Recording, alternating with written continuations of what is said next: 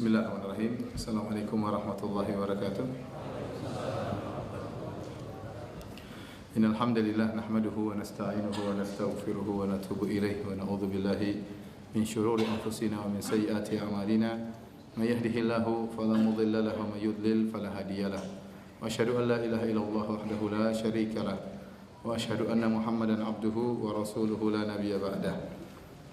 Ya ayyuhalladzina amanu taqullaha haqqa tuqatih wa la tamutunna illa wa antum muslimun fa inna asdaqal hadithi kitabullah wa khairal huda huda Muhammadin sallallahu alaihi wasallam wa syarrul umuri muhdatsatuha wa kullu muhdatsatin bid'ah wa kullu bid'atin dhalalah wa kullu dhalalatin finnar. Hadirin dan hadirat yang dirahmati oleh Allah Subhanahu wa taala, puji dan syukur kita panjatkan kepada Allah atas segala limpahan karunia yang terus-menerus Allah berikan kepada kita. Alhamdulillah pada malam hari ini kita bisa salat maghrib berjamaah. Semoga salat kita diterima oleh Allah Subhanahu wa taala. Salat dan salam tercurahkan selalu kepada junjungan kita Nabi Muhammad sallallahu alaihi wasallam, juga kepada keluarganya serta seluruh sahabat beliau tanpa terkecuali. Kita lanjutkan bahasan kita tentang kisah Nabi Adam alaihissalam. Pada pertemuan pekan lalu telah kita jelaskan akhirnya Allah Subhanahu wa taala menciptakan Hawa untuk menemani Adam. Ya, kemudian Allah Subhanahu wa taala memerintahkan mereka berdua untuk masuk ke dalam surga.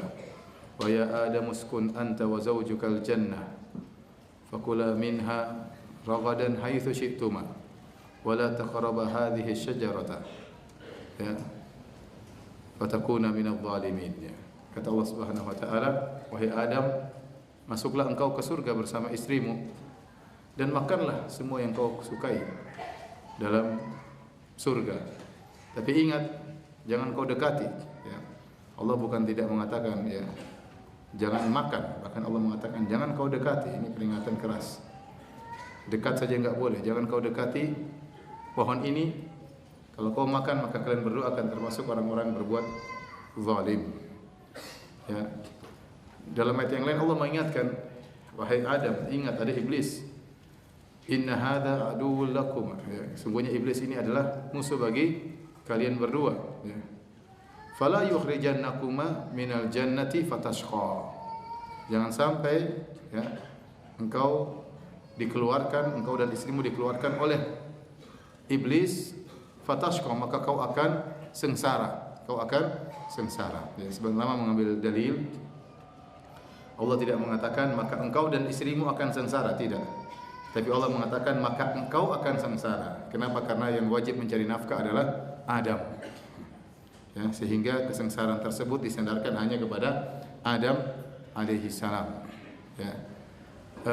Allah sudah ingatkan ya, kepada Adam akan bahayanya iblis. Allah juga sudah ingatkan tidak boleh mendekati ya, pohon tersebut ya. Tetapi akhirnya iblis mulai melancarkan godaannya karena iblis sudah bersumpah akan masukkan Adam atau memasukkan keturunan Adam ya ke dalam neraka jahanam bersama iblis. Maka mulailah iblis menggoda Adam ya. Dalam Al-Qur'an Allah mengatakan fawaswasa ilaihi syaitan qala ya Adam hal adulluka ala syajaratil khuldi wa mulkin la yabla.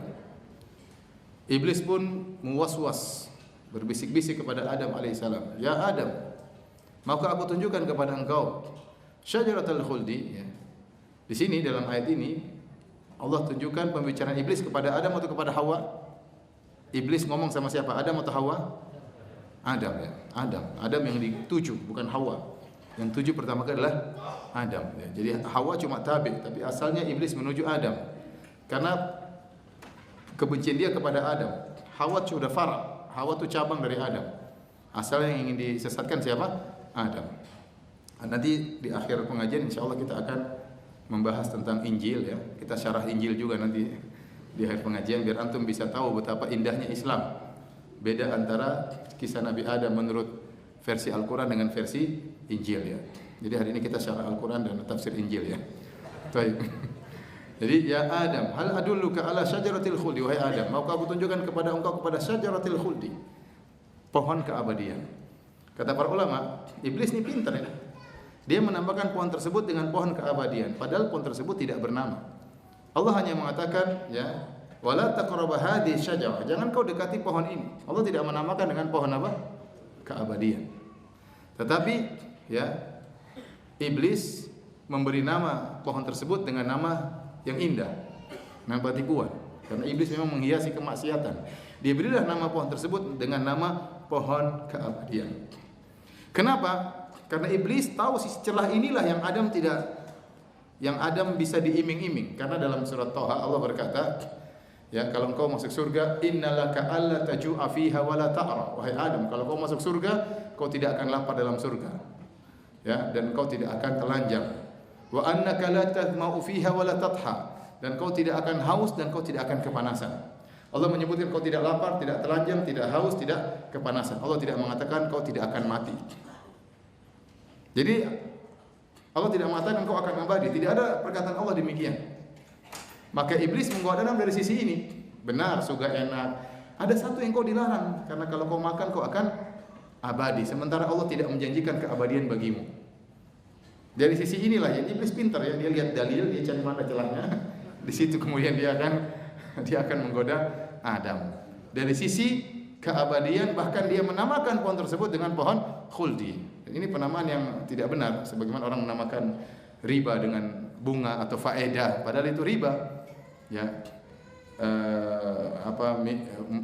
bir dinamakan jamu, ya, jamu kesehatan, ya, dinamakan apa? Jamu kesehatan, ya, minuman untuk penghilang stres, nama-nama yang indah, ya. Pelacur dinamakan apa? PSK. Apa itu PSK? Pekerja sosial apa? Pekerja seks apa? Komersil. Bilang aja pezina, selesai. Kenapa bilang apa? Namanya kok jadi kayak terhormat gitu. Padahal itu pekerjaan yang hina, ya. Hina nama indah dinamakan pada suatu agar jadi laris. Jadi apa? Laris. Ya. Musik dinamakan musik Islami, ya. Ulang tahun dinamakan milad. Ya. Jadi indah semuanya. Jadi Islami semuanya. Baik, hadirin yang dirahmati Allah Subhanahu wa taala, ya. Dalam surat Al-A'raf Allah berfirman bagaimana iblis menggoda Adam. Wa qasamahuma inni lakuma laminan nasihin. Ya. Dia berkata, dia bersumpah, maka iblis bersumpah, wahai Adam, sungguh-sungguh aku ini benar-benar ingin kebaikan bagimu. Kata Ibnul Qayyim, iblis bersumpah memberi penekanan kepada Adam sampai pada 3 penekanan atau lebih. Pertama, wa qasamahuma, dia bilang demi Allah wahai Adam. Kemudian ini sungguhnya aku lakuma laminan nasin. Aku ini benar-benar sungguh-sungguh ingin kebaikan bagimu. Subhanallah. Luar biasa. Siapa? Iblis. Sudah sumpah, ya, luar biasa, ya. Dan dia mengatakan, wa qala ma nahakuma rabbukuma an hadhihi syajarati illa an takuna malakaini aw takuna minal khalidin. Sungguhnya Allah melarangmu memakan pohon ini. Kenapa? Kalau kau makan kau bisa abadi dan kau bisa jadi malaikat. Dan ini yang Adam ingin masuk surga selama-lamanya. Dari celah inilah iblis menggoda, ya. Kata para ulama, ya, akhirnya Adam pun tergoda. Dia tidak sangka ternyata iblis kurang ajar, ya. Ini pertama, Adam tidak pernah digoda sebelumnya. Pernah digoda sebelumnya? Tidak pernah. Baru pertama digoda, langsung yang goda paling top iblis yang goda. Bukan kerocok-kerocoknya lagi, Mas. Iblis yang sudah siap masuk neraka, siap untuk menggoda Adam, dan dia bersumpah dengan nama Allah. Adam tidak menduga, ya. Mungkin dia husnudzan tapi tidak pada tempatnya.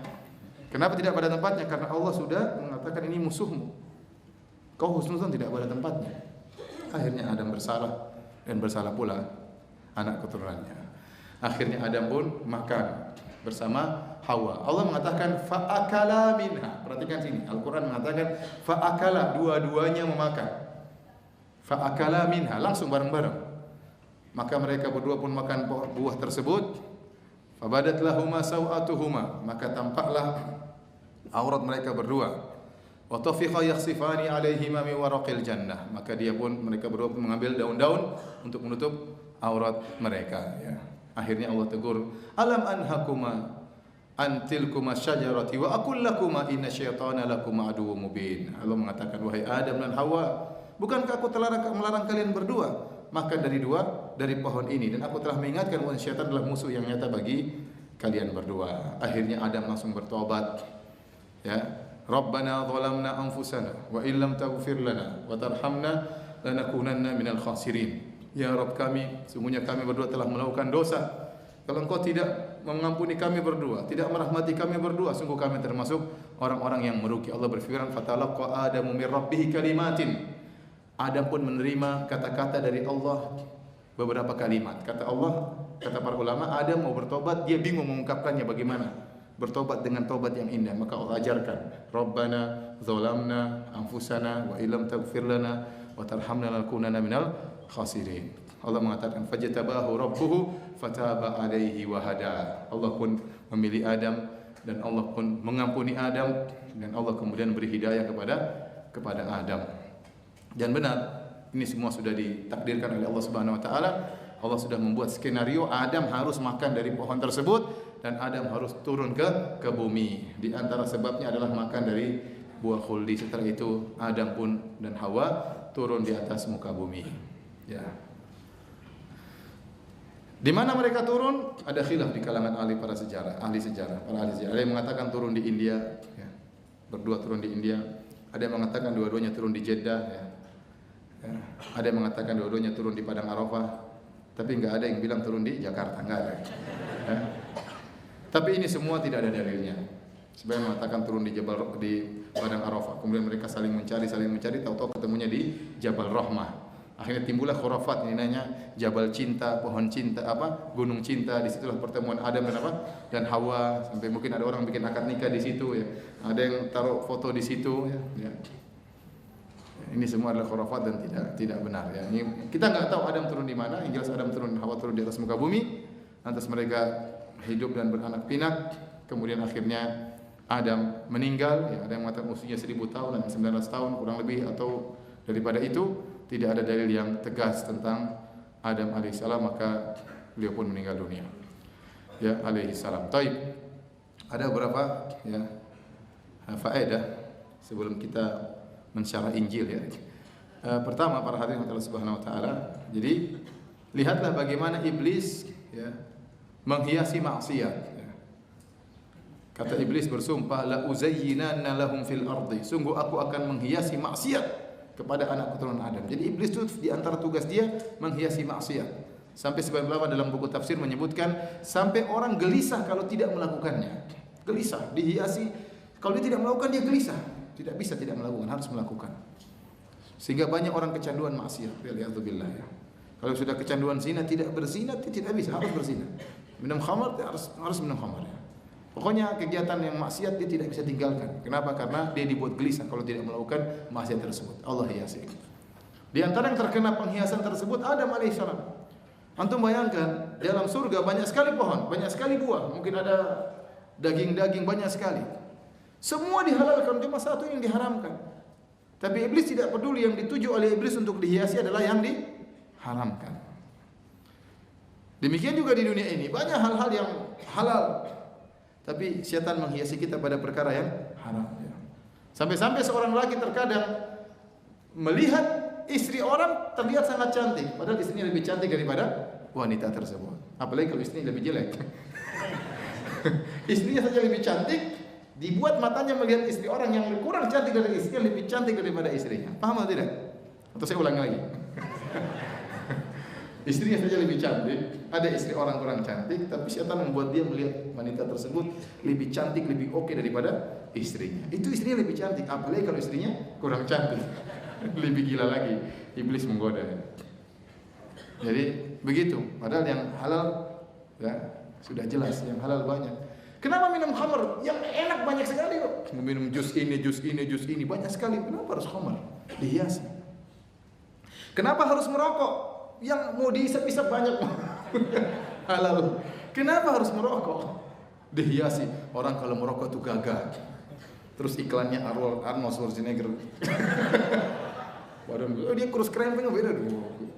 Terus naik kuda, naik mobil. Yang keren kudanya, yang keren mobil, yang keren bintang iklannya. Ente kalau dipasang situ tetap jelek, tahu nggak? Tapi gitu orang kalau sudah nggak merokok dia merasa rendah. Dulu coba ente ingat kalau ente merokok dulu. Dulu merokok kenapa? Kan gaya-gayaan kan? Padahal ente itu tahu racun itu bukan batuk, tapi setan menghiasi sehingga anak muda kalau tidak merokok seakan-akan kurang keren. Kurang keren di mata cewek, kurang keren. Begitu. Itu namanya setan menghiasi apa? Maksiat. Dan ini terjadi. Kenapa bisa jadi indah? Kita nggak masuk akal. Bir sudah pahit, bikin teler, orang seperti orang gila. Kenapa bisa diminum? Karena dihiasi. Jangan heran, ada yang menghiasi. Ada yang menghiasi. Rokok ya, udah bikin batuk, ya, ganggu orang. Ya. Orang terbatu-batu karena rokok, asap rokok kita, bikin habis duit. Tapi orang beli. Kenapa? Ada yang menghiasi. Itulah kerjaan setan, menghiasi kemaksiatan. Kita ambil juga faedah dari kisah ini. Ya. Di antara tujuan setan adalah agar orang-orang terbuka auratnya. Allah berfirman, Ya Bani Adam, la yaftinannakumus syaitanu kama akhraja abawaikum minal jannah yanzi'u anhuma libasahuma liyuriyahuma sawatihima. Wahai anak-anak Adam, keturunan Adam, jangan sampai kalian ya terfitnah oleh syaitan, karena syaitan telah berhasil memfitnah kedua orang tua kalian. Jadi al-adawah, permusuhan antara kita dengan syaitan sudah permusuhan lama. Ya, permusuhan antara nenek moyang kita dengan iblis, dengan syaitan dan keturunannya. Maka Allah mengingatkan, jangan sampai kalian terfitnah sebagaimana iblis berhasil menggoda kedua orang tua kalian. Iblis membuka kedua aurat mereka. Karena sebenarnya Allah mengatakan di antara tujuan iblis adalah membuka aurat. Sekarang setan menghiasi wanita yang auratnya terbuka-terbuka, itu wanita modern. Wanita yang tertutup itu wanita yang ketinggalan zaman. Sehingga orang sampai ada zaman di mana kalau orang pakai jilbab dia malu. Dia malu. Kenapa? Dihias oleh setan seakan-akan itu primitif. Padahal kita sepakat bahwasanya zaman primitif orang tidak pakai baju. Coba kalau nanti pergi ke Irian, ke Papua, di jalan orang tidak pakai baju. Jadi telanjang itu adalah apa? Primitif. Pakai baju adalah kemodernisasi. Sekarang mau dibalik. Yang pakai baju lengkap, pakai jilbab, ini ketinggalan zaman. Yang buka-bukaan semakin dibuka semakin modern. Sebenarnya yang primitif yang mana? Yang ini. Sampai ada kawan saya, dia cerita waktu dia daftar mau jadi manajer suatu perusahaan, akhirnya sudah lulus tes semua tinggal wawancara. Yang wawancara cewek di depan dia, kelihatan sedikit belahan dadanya, kemudian celana roknya di atas mata lutut ya, kemudian ngobrol sama dia ya. Teman ini jenggotan, kemudian di atas mata kaki, dia di atas mata lutut, teman di atas mata kaki. Kemudian mulai ngobrol sama cewek tersebut. Katanya, bos owner sudah setuju dengan antum, insya Allah gini-gini, pokoknya diterima. Cuma bos mau tanya, atau saya lupa, dia atau bosnya tanya, Bapak ini sebenarnya aliran apa Pak? Kenapa jenggot, kenapa di atas mata kaki? Teman saya sudah teng dari tadi ya. Ibu ini alirannya apa? Mana dalam Al-Quran buka buah dadamu, angkat pahamu, dalam Al-Quran dalam ayat berapa? Pokoknya dia udah ngamuk. Ibu ini Islamnya mana? Islam apa? Saya Islamnya ada dalilnya semua. Ibu Islamnya apa? Aliran apa? Enggak apa-apa. Ya sudah, enggak akan diterima, udah selesai. Dia pergi enggak dipanggil-panggil lagi. Jadi subhanallah, jadi dengan setan menghiasi sampai telanjang adalah modernisasi. Ya, sementara harusnya telanjang adalah primitif. Baik hadirin dan hadirat yang Allah Subhanahu wa taala, ya. Inilah kisah singkat tentang Adam alaihissalam. Ya, sebenarnya banyak masalah-masalah akidah, tapi saya tidak ingin bahas ya. Butuh pembahasan yang panjang, tapi secara singkat seperti itu ya. Adapun kita membicarakan keturunan anak Adam terlalu panjang ya. Karena kita di antara keturunan anak Adam ya, enggak selesai-selesai ceritanya. Jadi saya ingin menyampaikan bagaimana Adam versi Injil ya. Versi Injil ya. Kalau antum bawa Alkitab, silakan buka kitab Kejadian ya, ayat 1 dan seterusnya ya. Saya bacakan dari Injil ya, biar antum tahu betapa indahnya Islam. Antum bisa bandingkan dengan Adam versi Injil alaihissalam. Judulnya Manusia Jatuh ke Dalam Dosa. Ayat pertama, adapun ular ialah yang paling cerdik dari segala binatang di darat yang dijadikan oleh Tuhan Allah. Jadi menurut Injil, hewan paling top siapa? Ular. Yang paling cerdas itu apa? Ular. Kalau kita biasanya kancil yang cerdas, ini ular yang paling cerdas. Ular itu berkata kepada perempuan itu. Jadi iblis datang dalam bentuk apa? Ular. Tentulah Allah berfirman. Jadi syaitan berkata, wahai Hawa. Jadi Hawa yang digoda. Kalau dalam Al-Quran apa? Adam. Tentulah Allah telah berfirman, semua pohon dalam taman ini jangan kamu makan buahnya, bukan? Benar kan Hawa? Lalu sahut perempuan itu kepada ular itu, buah pepohonan di dalam taman ini boleh kami makan. Tetapi tentang buah pohon yang ada di tengah-tengah taman, Allah berfirman, jangan kamu makan ataupun raba buah itu, nanti kamu mati. Lihat, di sini Hawa bercerita, Allah bilang sama kita, jangan kau Hawa dan Adam makan buah itu. Kalau makan nanti apa? Mati. Ternyata waktu mereka makan, mati atau tidak? Tidak. Berarti Allah ngibulin mereka. Paham atau tidak? Iya, berarti dikibulin, ditakut-takutin. Waktu mereka makan, mereka tidak mati. Berarti Allah bohong dong. Ini yang buat narasinya ini salah dia waktu nyusun. Baik, lanjutkan. Tetapi ular itu berkata kepada perempuan itu, ular itu bantah, sekali-sekali kamu tidak akan mati. Sekali-sekali kamu tidak akan mati. Jadi dia bantah, Tuhan enggak benar, kamu tidak akan mati. Jadi ini iblis terlalu bahlul kalau begini. Ya karena langsung dia bantah, enggak benar. Ya harusnya Adam enggak percaya dong. Itu seakan-akan iblis berkata Allah bohong. Kalau cara menggodanya begini, Adam tidak akan tergoda. Tapi kalau versi Quran, lihat bagaimana cara iblis apa? Menggoda. Dia menampilkan satu sisi yang tidak disebutkan oleh Allah Subhanahu wa taala. Kamu akan abadi. Paham? Tetapi Allah mengetahui bahwa pada waktu kamu memakannya, matamu akan terbuka dan kamu akan menjadi seperti Allah, tahu tentang yang baik dan yang jahat. Bukan seperti malaikat lagi, seperti apa? Allah. Adam digoda kayak gitu, kamu bakalan jadi Tuhan. Ini gimana? Perempuan itu melihat bahwa pohon itu baik untuk dimakan dan sedap kelihatannya. Lagi pula pohon itu menarik hati karena memberi pengertian. Lalu ia mengambil dari buahnya dan dimakannya, dimakan akhirnya. Dan diberikannya juga kepada suaminya Adam. Jadi yang kasih Adam siapa?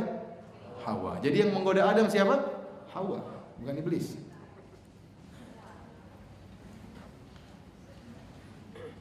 Yang bersama-sama dengan dia, dan suaminya pun memakannya. Begitu mudah Adam digoda sama Hawa. Maka terbukalah mata mereka berdua dan mereka tahu bahwa mereka telanjang. Tiba-tiba mereka telanjang. Lalu mereka menyambat daun pohon ara dan membuat cawat. Ketika mereka mendengar bunyi langkah Tuhan Allah, tiba-tiba Allah datang, terdengar bunyi langkahnya. Saya ulangi, ketika mereka mendengar bunyi langkah Tuhan Allah, yang berjalan-jalan dalam taman itu pada waktu hari sejuk. Pada waktu hari sejuk, berarti biasanya enggak sejuk ya. Iya, benar. Kalau dalam Al-Quran, la tahma'u fiha kau wala tatha, kau tidak akan pernah panas. Jadi surga itu sejuk terus. Tapi di sini dia mengatakan tatkala waktu itu apa? Sejuk. Bersembunyilah manusia dan istrinya itu terhadap Tuhan. Di antara Tuhan Allah, di antara pohon-pohon dalam taman. Hawa, ada Tuhan, sembunyi-sembunyi. Kira-kira begitu. Kita bersembunyi-sembunyi. Subhanallah. Jadi Adam menyangka dia bisa selamat dari pencarian siapa? Allah. Kita sembunyi, Allah Tuhan tidak tahu ya. Subhanallah. Ya, dia nyusun ceritanya salah ini. Ya. Tetapi Tuhan Allah memanggil manusia itu dan berfirman kepadanya, "Di mana engkau?" Benar, Tuhan tidak tahu. Di manakah engkau? Benar. Tanya, "Di manakah engkau?" Akhirnya Adam menjawab. Ia menjawab, nggak enak kan dicari-cari di mana. Akhirnya ia menjawab, Adam menjawab, "Ketika aku mendengar bahwa engkau ada dalam taman ini, aku menjadi takut. Karena aku telanjang, sebab itu aku bersembunyi." Allah masih nggak tahu lagi. Siapa yang beritahukan kepadamu bahwa engkau telanjang? Allah masih belum tahu. Siapa yang bilang kamu telanjang? Apakah engkau makan dari buah pohon? Allah masih tanya lagi. Kamu makan ya? Ini kitab suci. Apakah engkau makan dari pohon yang aku kularang makan itu? Kalau dalam Al-Quran tidak. Langsung Allah mengatakan, "Alam anhakuma antilkuma syajar." Allah langsung tegur. Tidak tadi cari di mana engkau, kenapa enggak ada. Allah sudah tahu iblis yang Allah sudah tahu semuanya. Islam beriman dengan takdir, Allah sudah atur semuanya. Berjalan dengan takdir Allah. Kalau ini enggak ini. Allah enggak tahu kok bisa telanjang, kok tanya-tanya. Akhirnya waktu Adam ditanya, manusia itu menjawab, Adam menjawab. Lihat bagaimana kalau dalam Islam dua-duanya langsung bertobat. Rabbana zalamna anfusana. Dalam versi Injil, Adam melimpahkan, mengkambing hitamkan Hawa.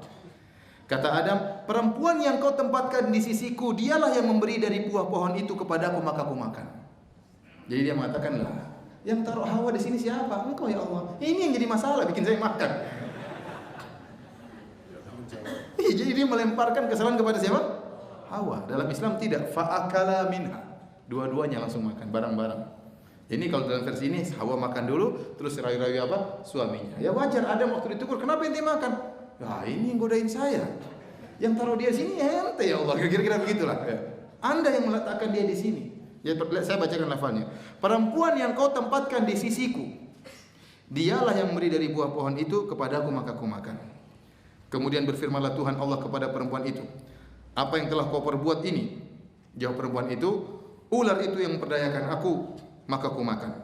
Lalu Allah berfirman, lalu berfirmanlah Tuhan Allah kepada ular itu, Tuhan Allah kepada ular itu, karena engkau berbuat demikian, terkutuklah engkau di antara segala ternak. Ular dikutuk.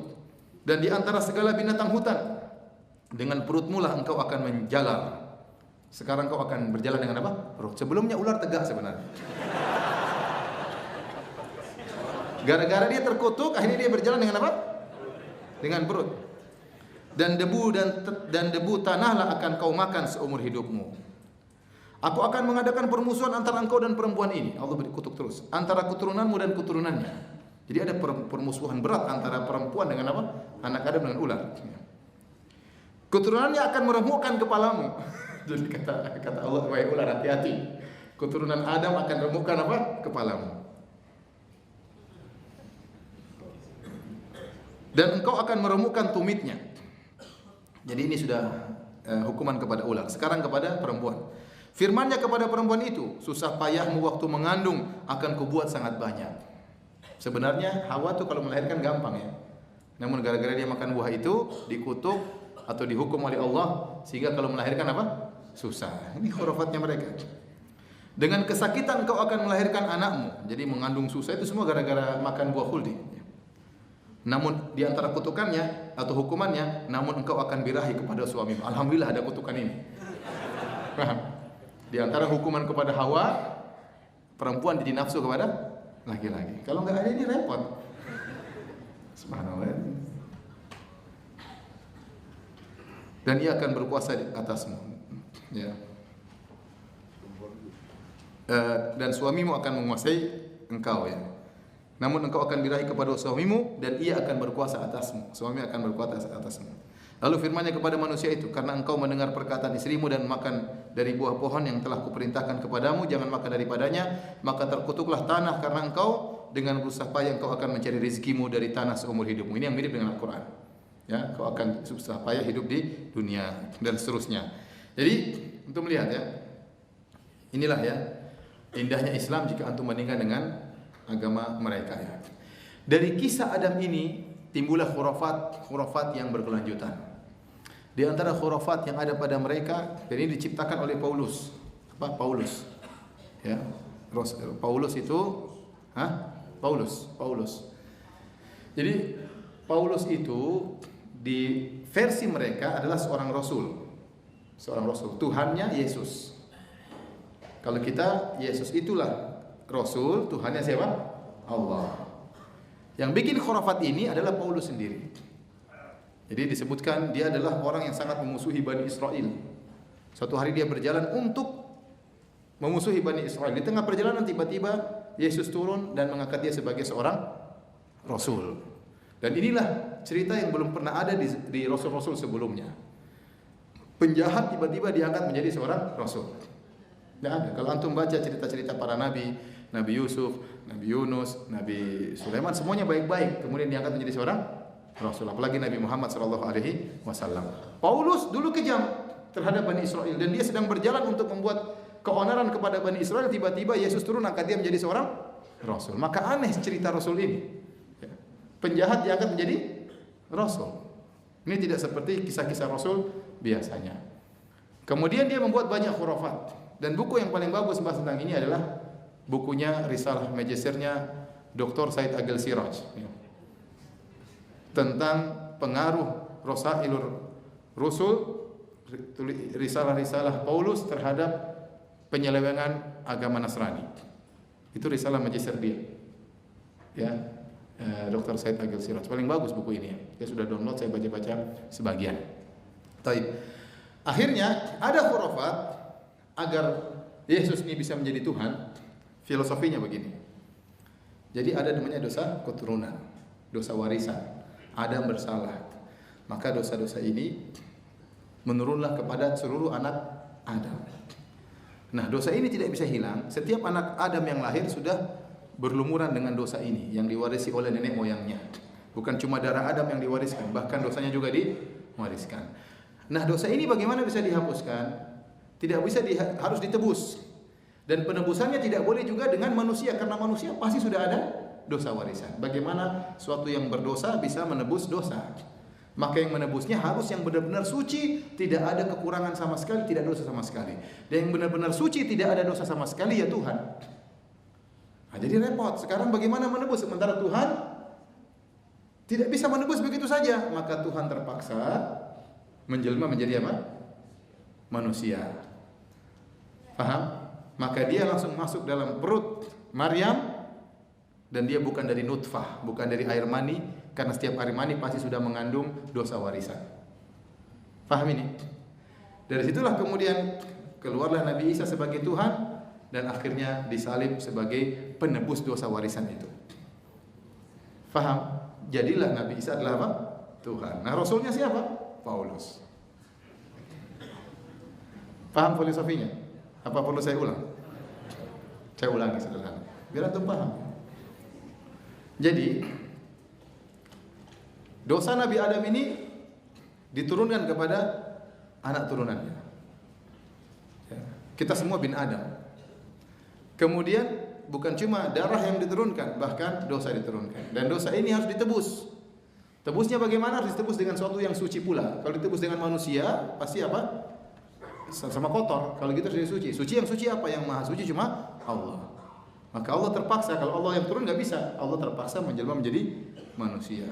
Ya. Karena kalau Allah kirim nutfah, kirim air mani, semua air mani pasti kotor dengan dosa warisan. Maka Allah masuk ke rahim Maryam tanpa melalui apa? Air mani, tanpa melalui keturunan Adam. Jadi Nabi Isa bukan keturunan Adam.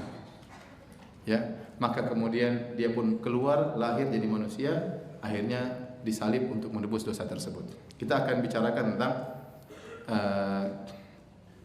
hal ini. Yang pertama kita bantah, ya, Islam indah. Bagi Islam, Allah taziru waziratu wizra ukhra. Tidak ada seorang akan menanggung dosa orang lain. Nabi Adam alaihissalam berdosa, dia sudah bertobat enggak? Sudah selesai. Dia sudah bertobat. Allah sudah turunkan ke bumi, selesai. Dalam Islam, fatalaqa Adamu min rabbih kalimat, fataba alaihi. Allah terima apa?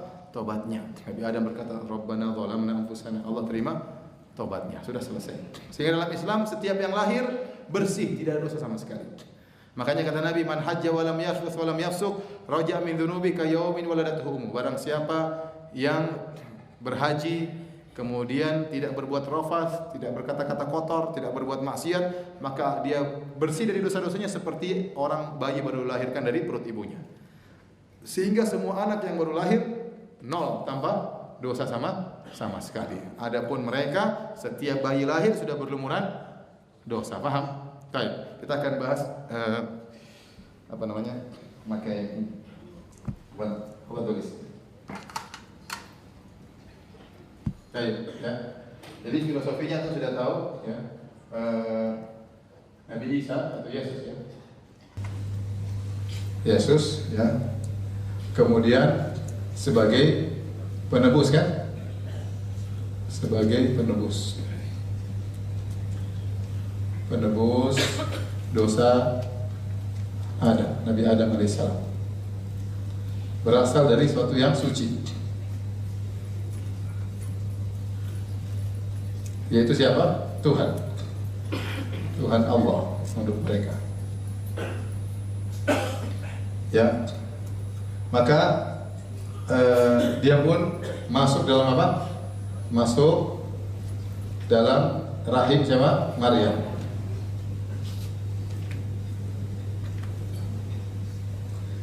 Kemudian akhirnya dibunuh, disalib, ya. Akhirnya apa? Meninggal. Ya, dibunuh, mati dalam kurung, meninggal. Baik. Pertanyaannya, ya, dosa apa yang ditebus?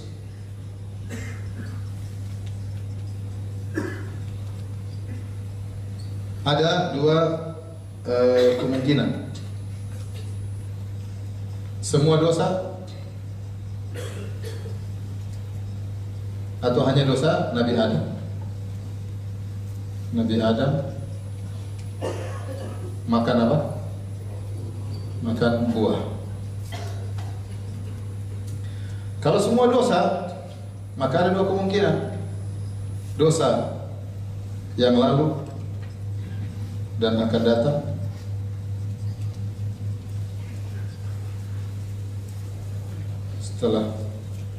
setelah penyaliban, atau dosa sebelum penyaliban.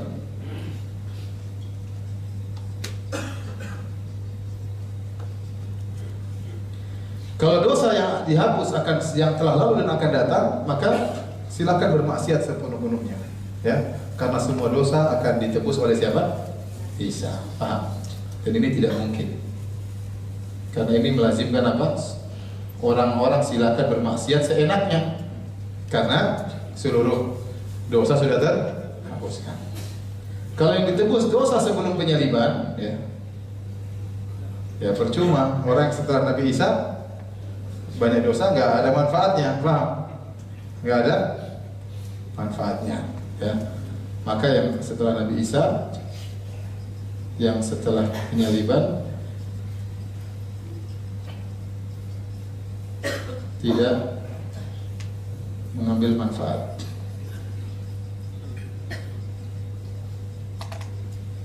Mereka mengatakan enggak. Menurut filosofi yang ada, harusnya yang dihapus cuma dosa apa? Nabi Adam. Yang diwariskan itu bukan seluruh dosa, cuma dosa apa? Nabi Adam. Taib. Berarti anak Adam itu ada dua dosanya, ya. Anak-anak Adam ada dua dosanya. Pertama, dosa sendiri. Kedua, dosa warisan. Paham? Dosa warisan cuma makan apa? Makan buah. Dosa sendiri banyak sekali anak Nabi Adam, ya. Bunuh, apa? Korupsi, zina, dan lain-lain. Nah, kalau cuma ini yang diampuni, ini percuma dong, apa faedahnya, paham? Kalau Nabi Isa hanya diutus untuk mengampuni dosa ini, apa faedahnya? Ini dosa ini masih banyak. Ini cuma dosa makan buah selesai, paham? Paham atau tidak? Kalau yang diampuni cuma ini, percuma manusia akan dihisab, disidang. Susah-susahnya Allah kirim jadi manusia untuk apa? Untuk mengampuni cuma dosa ini. Kemudian bagi orang yang tidak beriman kepada Nabi Isa, orang yang tidak beriman bahwa Isa adalah Tuhan, ikut diampuni dosanya atau tidak?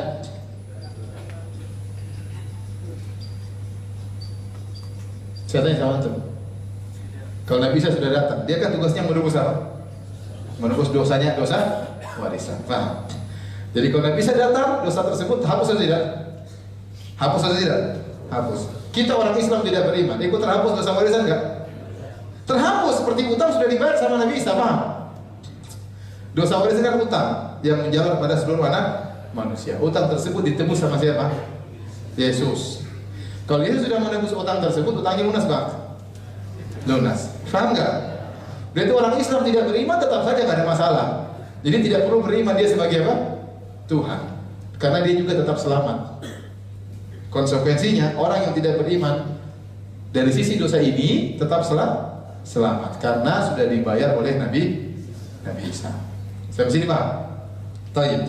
Kita mengatakan Yesus harus berasal dari sesuatu yang suci. Ternyata masuk dalam rahim Maryam.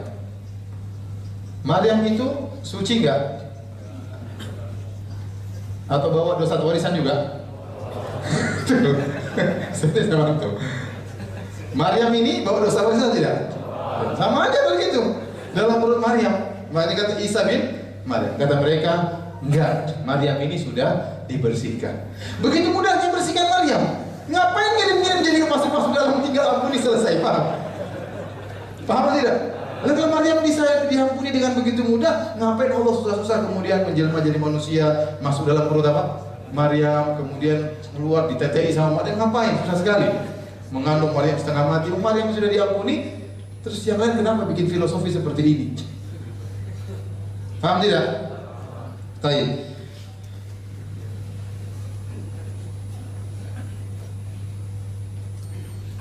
Jadi ternyata kalau kita bandingkan dosa warisan dengan dosa manusia, dosa Adam ini sangat kecil dibandingkan dengan dosa cuma makan buah selesai ya. Dibandingkan dengan dosa-dosa Adam, cuma yang diampuni cuma ini, apa faedahnya menurut saya? Baik. Sekarang Allah harus menjelma menjadi manusia, dan itu banyak kelaziman. Kelaziman pertama ya, kelaziman. Masih ada waktu? Kelaziman, kita cepat-cepat saja. Kelaziman Allah menjelma menjadi Yesus.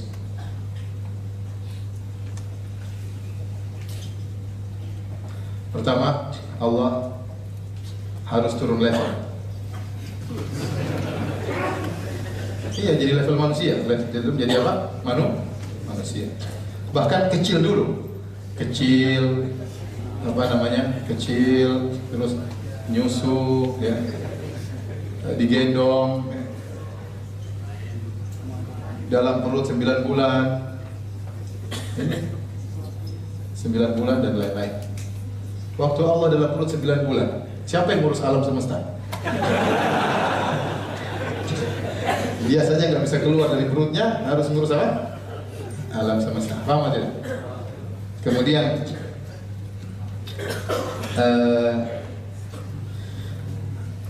Allah jadi Yesus, kemudian dia sama hidup lalu mati untuk bangkit, namanya hari kebangkitan, hari Paskah. Paham? Saya sama tuh waktu mati, waktu Tuhan lagi mati, saya sama tuh. Ini pertanyaan bikin banyak orang masuk Islam di Saudi. Waktu Tuhan lagi mati, mereka meyakini Isa adalah Allah, Allah adalah apa? Isa. Tanya sama mereka, waktu Yesus lagi mati, Tuhan ikut mati enggak? Allah ikut mati enggak? Kalau mereka bilang Allah tidak ikut mati, berarti Allah lain, Yesus lain. Kelazimannya demikian. Kalau mereka bilang Allah ikut mati, repot. Kalau Allah ikut mati, dunia siapa yang pimpin waktu itu? Iblis berkuasa waktu itu. Paham? Jadi ini sangat berbahaya ya. Ini semua gara-gara khurafatnya sama Paulus. Berarti mati, dan ini bahaya, berarti Allah kalau udah mati repot.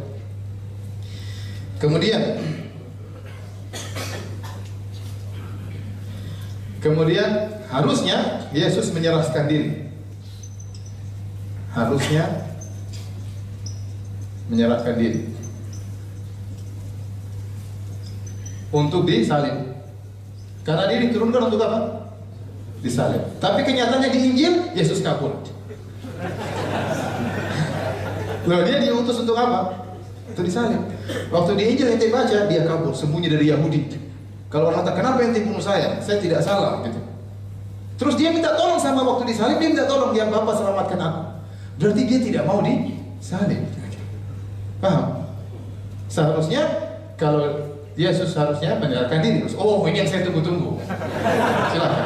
Harusnya begitu. Ini yang saya tunggu-tunggu. Sudah, jangan sedih. Biar saya salib. Iya benar. Kalian pahlawan yang tangkap saya. Kalau kalian tidak tangkap saya, ini musibah semua di neraka. Tangkap saya. Karena dengan kalian menangkap saya akan menebus dosa warisan. Seandainya Yesus tidak tertangkap, orang semua masuk neraka nggak? Masuk neraka, kekal selama-lamanya. Alhamdulillah dia ditangkap oleh orang Yahudi. Berarti kita berterima kasih kepada orang Yahudi yang berhasil menangkap apa? Yesus. Paham atau tidak? Sudah selesai? Dan begitulah ya orang sekarang. Terus kata mereka, Allah sangat sayang kepada anaknya. Gimana sangat sayang? Anaknya dikirim disembelih. Nabi Ibrahim alaihissalam waktu menyembelih anaknya, ada kambing datang nggak? Ada kambing datang nggak supaya Nabi Ismail tidak disembelih? Itu anak orang Allah sayang. Allah kirim kambing supaya anak orang tidak disembelih. Ini anaknya sendiri disalib. Sayang nggak sama anak seperti itu? Ya, inilah agama khurafat. Silakan azan.